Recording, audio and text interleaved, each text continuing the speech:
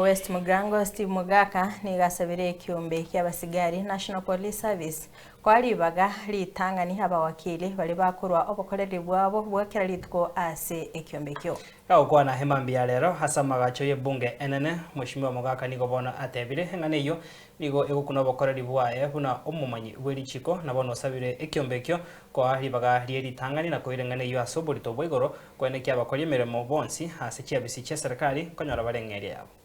Thank you, Madam Speaker, for allowing me to ride on that. The question touches on my profession.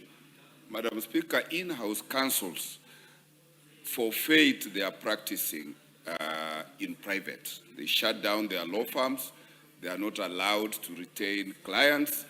And therefore, in lieu of that, they are required to be paid their non-practicing allowance. To fail to pay is a grave violation of professional rights, of human rights and labor rights, and I do urge that that question be answered as a matter of priority because every profession needs protection, including my legal profession. Thank you, Madam.